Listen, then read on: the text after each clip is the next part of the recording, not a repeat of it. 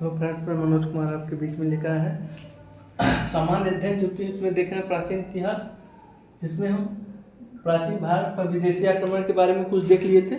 आज हम उसके बाद उससे आगे कुछ देखेंगे, जिसमें है पहला शासन, जिसको सर्वप्रथम सोने के सिक्के जारी किए थे। क्या है उसमें? विमकेंडिशन, कन्फ्यूश है, कन्फ्यूश। अगला है वीर भारतीय राजा का नाम, जिसे सिकंदर ने झेलम पर तट पर हराया था। कौन से? पुरुष। पुरुष है जिसको सिकंदर ने हराया था। उसको पोरस के नाम से जानते हैं, पोरस के युद्ध के नाम भी सुने होंगे। अगला है युद्ध भूमि में बड़ी संख्या में सैनिक के बारे में मारे जाने, आहत होने के बाद भारतीय गण अथवा राज्य की स्त्रियों ने मिलकर सिकंदर के विरुद्ध धारण किया था। कौन से युद्ध में?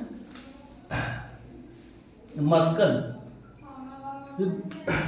अगला है आयुर्वेद के प्रसिद्ध विद्वान चाणक्य थे किसके दरबार में? कनिष्क के। ठीक है। अगला है संगम युद्ध, जिसमें देखेंगे चोल, चेर और पांडे के बारे में। अगला है चोल वंश का शासन, जिसने शिवपाल शेखर की उपाधि प्राप्त की थी। कौन थे?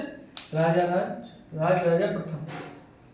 अगला है संगम ग्रंथ, तो कपी आधारित है किस पर है? व्याकरण पर। अगला है शिवपद्दिकरम का लेखक है इलंगो। इलंगो जो के हैं किसके लेखक? शिवपद्दिकरम के। अगला है तृतीय संगम युद्ध हुआ था। कहाँ पर युद्ध हुआ था? ये मदुरई, जो कि इस समय तमिलनाडु में है, वहाँ पर हुआ है। तमिलगढ़, इसमें लघुवेद की संख्या दी गई है। कौन सा ग्रंथ है? कुराल है, वो ग्रंथ है। अगला है बृहदेश्वर मंदिर, जो कि भगवान शिव जो 1014 में समर्पित किया गया है। कहाँ पर स्थित है?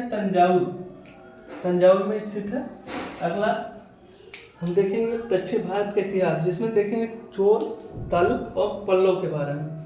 शासन है राज किस, इनका शासन काल कब रहा? 985 से 1015 तक। अगला है राजा धीराज प्रथम, इनका शासन काल 1044 से 1052 तक।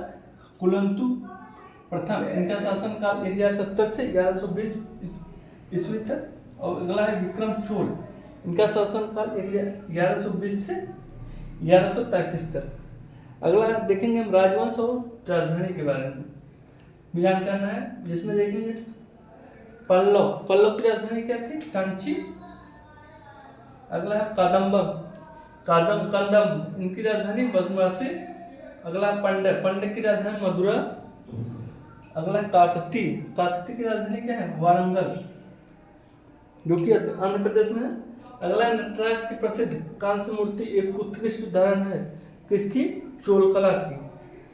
अगला वह राजवंश जो शासन कला में ही अपना उत्तराधिकारी घोषित कर देते थे। कौन थे? चोल थे।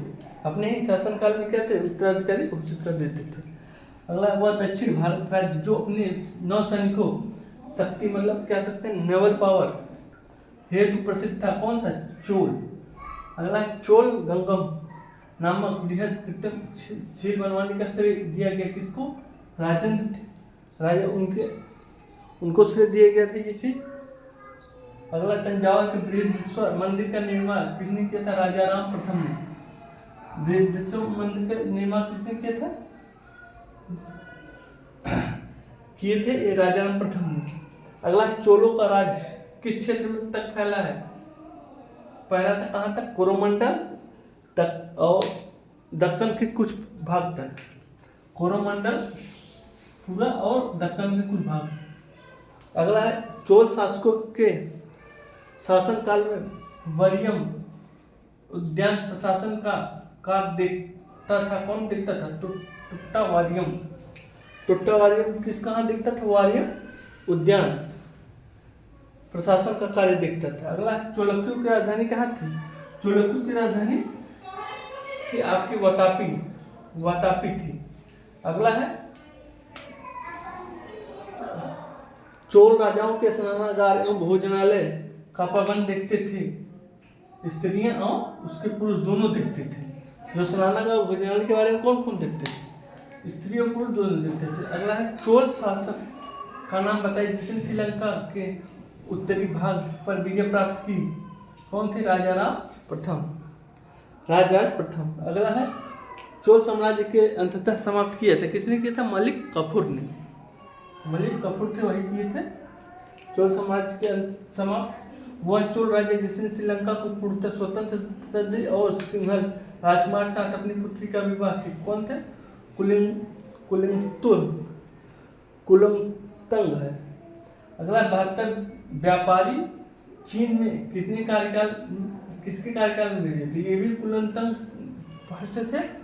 अगला तिथि दक्षिण भारत का प्रसिद्ध तोकलम युद्ध हुआ था, किसके किसके में? चोल और राष्ट्रकूटों के बीच में। कौन सा युद्ध होता है? तोकलम का युद्ध, तकोल्लम। अगला है चीनी यात्री जिसमें चालुक्यों के शासनकाल में चीन एवं भारत के संबंध का विवरण किया, किसने किया?